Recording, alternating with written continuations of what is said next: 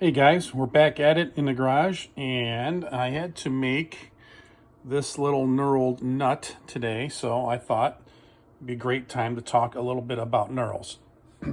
Sounds boring, I know, but turns out there's quite a bit of controversy. But before we get into that, let's just review some of the basic types of knurlers. So here's your classic old school single roller, good for straight knurls, but just a push tool. Very crude. And this is a slight improvement on that. And by slight, I mean very slight. Double roller. You got to get those aligned up and down just right. You can let it float a little bit, so it's not that hard. But when you move up to this version here, this is a vast improvement. And so instead of trying to have this push style where you're just driving it sideways into your chuck and kind of abusing stuff, this one balances out those forces and you just squeeze together. Now, the only downside of this is you're kind of limited in diameter. This you're really not, but these are much better. And of course, this is a kind of another version of that. It's just a scissor version, and much better. You can see this one has a little more capacity, and these are head and shoulders above the push knurlers. But beyond that, you start to get some real fancy stuff, some expensive stuff. So probably this is like your most common knurled type things. And you'll find out over time, you'll get yourself more and more knurling rollers. There's fine and there's straight, and heck, you can even get them, already diamond patterned. But, that's kind of here and there. That just evolves as you go along. But the controversy is, do you need to do any math? And a lot of the old school guys, you'll hear them, they'll just laugh at that. These are guys coming from, production environments. They got big, heavy machines. So, when you have a big, heavy machine, you can get past the math. You can just go full on with force and get the job done. That's basically what I did with this little nut, right? It was small enough that I didn't do any math. I just took whatever diameter I ended up with, I just knurled it. Now, sometimes when you do that, you'll find out, and here's an example of that, right? The one here on the right, that looks like crap. And the one on the left looks much better. These were both done, same diameter, same knurling tool. I use this tool, right? And the reason that looks like crap is basically because of the math. But again, you don't have to do the math. In my case, I was able to get past the math, ignore the math, and what did I do? I just added a lot more force here. So these two ODs were exactly the same when we started. This one, you can see I didn't go as deep with my knurling tool. This one, I went much deeper, and I got the perfect knurl.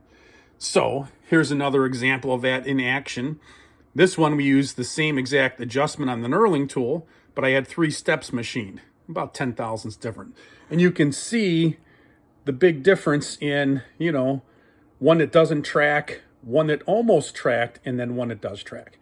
And again, at the end of the day, it's more about the force and how far you're squeezing in. But does that matter? Well, if you got a small machine and you're a hobby guy, then yeah, it matters. If you're getting aluminum or brass, yeah, probably doesn't matter. It's soft enough to move around. Let's say you got stainless, you got something that's going to work harden. Well, if you got something like that, you might want to take a second and just do a little bit of math and make it easy on yourself. Again, not necessary, and it's not really that difficult, right? All you're trying to do is you're trying to match, in my particular case, that was the, if you will, the pitch of my knurl, right?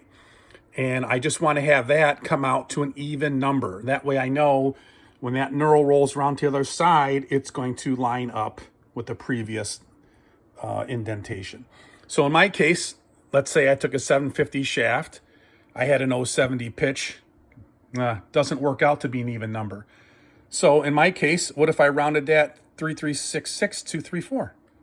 Well, do the math backwards, and it says, a 757 shaft would be ideal, right? And it's not like you got to be dead on this stuff. It's just telling you if you get close to that number, your knurls are going to start to track better, sooner, easier, right? And conversely, let's say you can't make your shaft bigger. You're stuck with 750 material. Okay, then instead of going to 34, go to 33. Do the math backwards. What do you get? Where I lost myself, 33. I get 735. So again, if I was going to do that thing in stainless and I didn't have a knurling tool I could really put a lot of force with, or alls I had was a crappy push knurler, I might do the math and make it easy on myself. I had soft material, or I had a very, very narrow piece of steel where I wasn't doing a lot of force, a lot of distance. Well, then I don't care. Maybe I can just, wing it and see how it comes out. But it's really the long and short of it, guys. Guys can argue that you have to do the math. That's not necessarily true. Guys can argue that you don't need any math. Well, yeah, if your machine's big enough and your tools are strong enough, that might be true. But it's kind of one of those things where it's really the truth is somewhere in the middle. But in my case, I occasionally do the math, very rarely, but if I have a part that I have, a little tougher material, it's a bigger part, I'll do the math and say, well, if I make a few thousands, will it make my life easier? It doesn't mean I can't do it if I ignored it. It just makes it easier.